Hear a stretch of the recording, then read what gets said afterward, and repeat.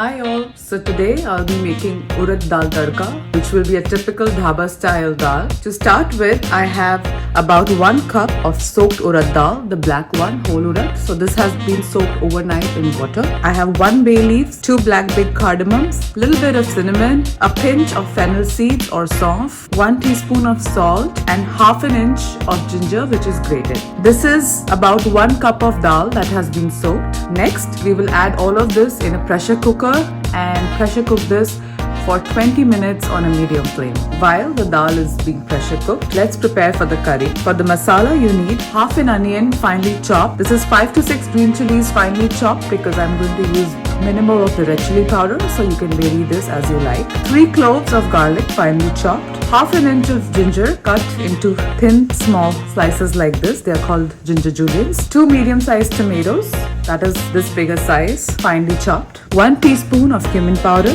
1 teaspoon of haldi or turmeric powder. Half teaspoon of garam masala powder. 2 teaspoons of coriander powder. 1/4 teaspoon of red chili powder. A pinch of asafoetida or hing and some salt to taste. And of course, we'll be using some cooking oil and probably desi ghee as well. Let's make the tadka now. We will start by heating oil in a pan. Next, add in the cumins and the hing or the asafoetida.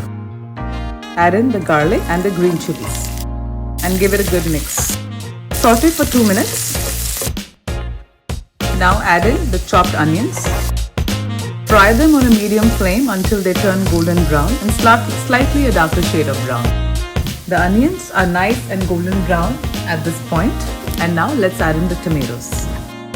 Give it a good mix and let them cook in for about 2 minutes till the tomatoes soften, and then we will add in all the masalas. Time to add in all the dry masalas and give this a good mix. Cover it and let it cook for about 5-10 minutes till these become really nice and mushy. Feel free to add a little bit of water, like 2 to 3 teaspoons if it starts to stick. You want to cook this till it becomes nice and mushy. As you can see, this is starting to become mushy. I added about 2 teaspoons of water to it, and I'm still cooking, and we'll continue to cook till it starts leaving the oil on the side. As you can see, this has become a nice curry. It started to leave some oil.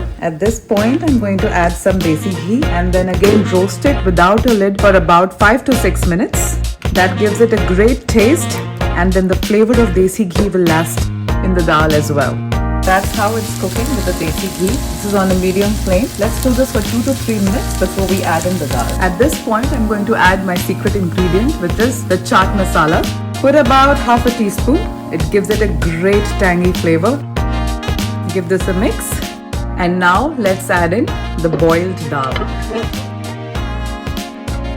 And let's mix this in and keep cooking this on a medium flame for about 15 minutes till all the masalas are soaked in. As you can see, the dal has come to a boil. At this point, we will add in the ginger juliens and mix it well and let it cook for me on a medium flame for another 5 to 7 minutes.